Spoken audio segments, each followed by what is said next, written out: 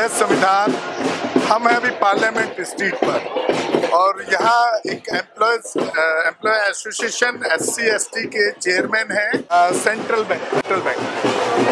तो कुछ सामाजिक मुद्दों पर बात करेंगे, बहुजनों से जुड़े मुद्दों पर जानेंगे उनसे कि उनका एक्सपीरियंस जो है ये, जो कि काफ़ी एजिड भी है और क्या जर्नी रही है। कहीं ना कहीं उन्होंने भी ये जो उत्पीड़न जो बहुजन समाज साथ होता है कभी ना कभी तो झेला होगा शायद, मुझे ऐसा लगता है। ऐसा कोई आदमी मिलता ही नहीं। तो सर, आपकी जो जर्नी रही है यहाँ तक पहुँचने के लिए, क्या कुछ कठिनाइयाँ भी आपको झेलनी पड़ी यहाँ तक? मैं सेंट्रल बैंक में 1978 में आया। उस समय बैंकों में रिजर्वेशन नाम का कोई शब्द नहीं होता था। 78 में हमारा पहला बैच SC/ST OBC का आया था, SC/ST का आया था, उसमें मैं आया और हमने देखा कि SC/ST के लोग है ही नहीं, सेंट्रल बैंक में थे ही नहीं उस समय। तो हमने एक ऑर्गेनाइजेशन का गठन किया, central bank SC/ST OBC employees.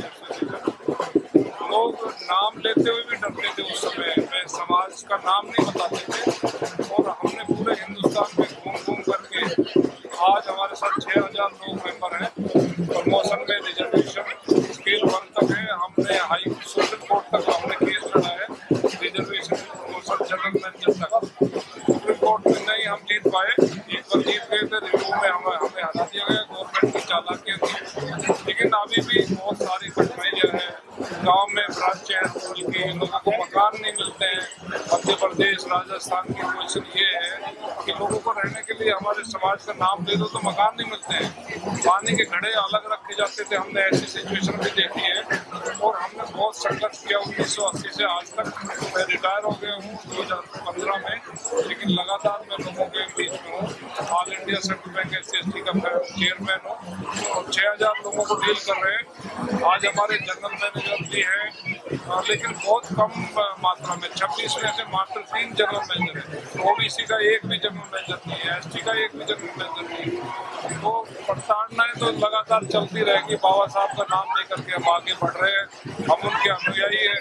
25 सालों से हम स्टॉल लगा रहे हैं और हमारा ब्रांड है देसी घी का हलवा बांटना। सब उनकी मेहरबानी है बाबा साहब की। जब तक हम जिंदा है उनका ऋण नहीं चुका सकते और हम उनके ऋणी हैं। आज हमारे बच्चे अच्छी पोस्टों पे बैठे हैं, सब हम उनके आशीर्वाद से हैं। सर, बाबा साहब ने जो बुद्धिज्म की बात की है उसको किस रूप में देखते हैं आप?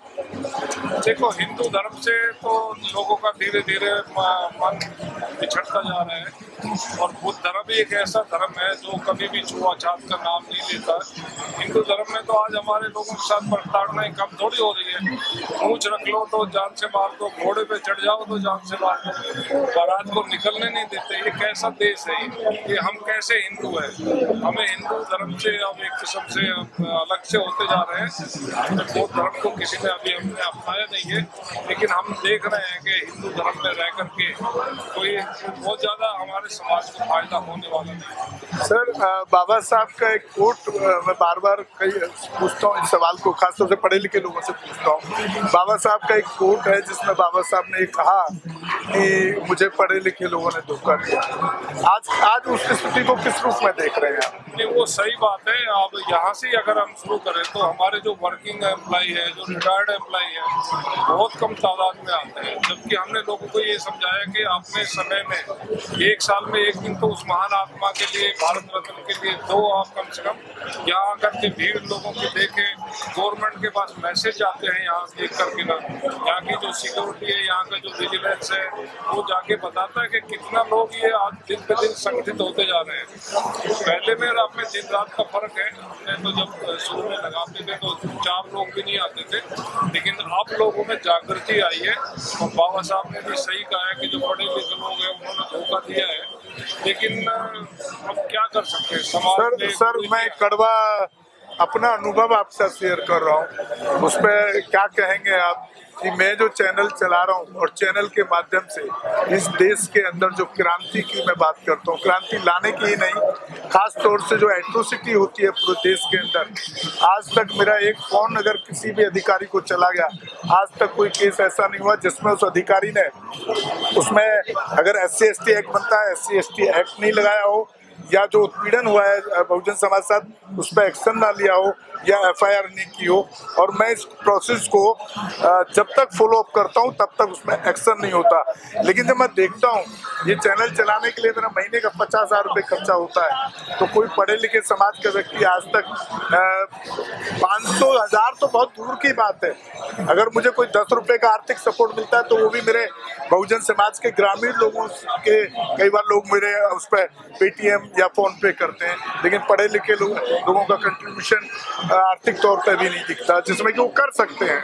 उम्मीद कमी है लोगों की, अपना लाखों रुपए की सैलरी लेते हैं, लेकिन बाबा साहब के नाम पे या जैसे आप लोग सोशल मीडिया चला रहे हैं उनको कंट्रीब्यूट करना चाहिए, क्योंकि आप देश में जन भावना की आवाज़ को उठा रहे हो, और हम कोशिश करेंगे जितना कंट्रीब्यूशन हम दे पाएंगे आपको देंगे। सर मैं खास तौर से एट्रोसिटीज पे काम करता हूँ, अगर आप मेरे चैनल पे जाएंगे उसका पूरा प्रोसेस बता रहा हूँ कि उसमें मैं टेक ऑफ एक्शन तक कैसे कैसे वहाँ तक पहुँचा, क्या स्टेप टू स्टेप जाना चाहिए, किस किस तरह से हमको अधिकारी से बात करके और उसको संविधान का हवाला दे करके, मैं भी संविधान की भाषा में ही बात करता हूँ कभी, क्योंकि मैं कोई CM नहीं हूँ या कोई मैं ऐसा बड़ा पदाधिकारी तो हूँ नहीं कि मैं ऑर्डर दे सकता हूँ, लेकिन अगर हम कॉन्स्टिट्यूशनल के तरीके से भी अगर हम बात करें तो उसमें एक कामयाबी मिलती है आज कहीं ना कहीं। नहीं, आप बिल्कुल सच्चाई बोल रहे हैं। मैं भी एडवोकेट हूँ, दिल्ली हाई कोर्ट में एडवोकेट हूँ मैं, और मैं भी प्रैक्टिस का कम और लोगों के सामाजिक कार्य में ज़्यादा लगा रहता हूँ। ऑर्गेनाइजेशन में जो हमारे लोगों को प्रताड़नाएं हो रही है,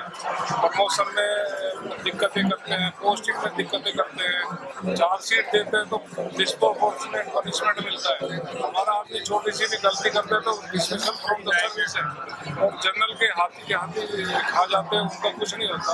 तो मुझे उम्मीद है कि मैं आपसे संपर्क में रहूँगा और हम मिल करके कुछ अच्छा करेंगे, कोशिश करेंगे। आप बहुजन दस्तक पर सुन रहे थे नैनावत साहब को, जो सेंट्रल बैंक ऑफ इंडिया के SC/ST प्रकोष्ठ के चेयरमैन हैं, और बहुत उनका भी जो एक एक्सपीरियंस है उन्होंने जो शेयर किया, कहीं ना कहीं उनके अंदर भी एक बहुत समाज के प्रति दर्द हमें देखने को मिला। उम्मीद करते हैं कि इस तरह के बहुजन विचारकों को आप सुन करके आप भी बदलने का काम, समाज के लिए काम करने का काम करेंगे। धन्यवाद। बाबा साहब भीमराव अंबेडकर के जन्मदिन को सेलिब्रेट करने के लिए पूरे देश से लोग उमड़े हुए हैं, और अगर मैं संख्या की बात करूं तो मुझे लगता है कि 10 लाख के आसपास लोग यहाँ पर मौजूद होंगे। हमारे साथ में समर संघ के एक साथी हैं जो यहाँ आए हुए हैं। क्या उद्देश्य लेकर के आप यहाँ आते हैं 14 अप्रैल? देखो, सबसे पहले तो मैं देशवासियों को बाबा साहब के 133वें जन्म उत्सव पर दिल से हार्दिक बधाई देना चाहूँगा, और उसके साथ साथ जो आपका ये चैनल है दलित दस्तक, बहुजन दस्तक, तो मैं आपका धन्यवाद करना चाहूँगा कि आप लोग यहाँ दबे कुचले समाज की आवाज उठाने के लिए आए हुए हैं, और जो बाबा साहब का 133वां हम जन्मदिन मना रहे हैं, इसका हम संदेश देश में देना चाहते हैं कि जो इस देश में लोग संविधान बदलने की बात कर रहे हैं, क्योंकि 2024 चल रहा है, 2024 में संविधान बदलने वालों को बदलना है, जो लोग संविधान बदलने की बात करते हैं उन्हें हमें बदलना। सर मेरा एक सवाल है समर संघ के साथ, मैं आपके सारे प्रोग्राम रिकॉर्ड करता हूँ, आपने देखा भी होगा मुझे शायद, आपने ओम को भी मिला दिया है, कई चीजों को मिला दिया है जो हिंदुत्व की तरफ इशारा करती है। जैसे आपका समर संघ बोलता है सेंगोल भी हिंदुओं का है, लेकिन सेंगोलों का तो कोई ऐतिहासिक तथ्य नहीं है कि वो सेंगोल बुद्धिज्म से रिलेटेड है। मैं उससे सहमत नहीं, ऐसा मैं वहाँ सुना आपके उधर। नहीं, मैं उससे सहमत क्योंकि सेंगोल का कोई बुद्धिज्म में कहीं कहीं नाम नहीं है। नहीं, तो मैं चीज से सहमत नहीं हूँ। तो आप इस तरह की आवाज अपने समर संघ से क्यों नहीं उठाते हैं वहाँ पर मंच पर? देखो, मैंने एक अपना चैनल भी बना रखा बहुजन मिशन के नाम से जी, जिसमें सिर्फ बहुजनों की आवाज होती है, बहुजन के महापुरुषों के सॉन्ग होते हैं, और हम किसी न किसी माध्यम से जनता हमें कहती है कि बाबा साहब को हमें आगे बढ़ाना है। बाबा साहब को जो सच्चा श्रद्धांजलि होती है ना बाबा साहब के लिए, जो सच्चा प्यार है, तो वो ये है कि हम बाबा साहब के बताए रास्ते पर चलें। सर ये 14 अप्रैल को ही निकल के क्यों आते हैं लाखों में लोग, बाकी दिन कहाँ चले जाते हैं? यही तो एक हमारे लिए बहुत बड़ी विडंबना है। जिस दिन हमारे देश की जनता समझ जाएगी कि हमें साल से साल तक बाबा साहब को मनाना है, तो उस दिन इस देश में बहुजनों का राज होगा। चलिए, बहुत बहुत शुक्रिया, आपने हमसे बात की।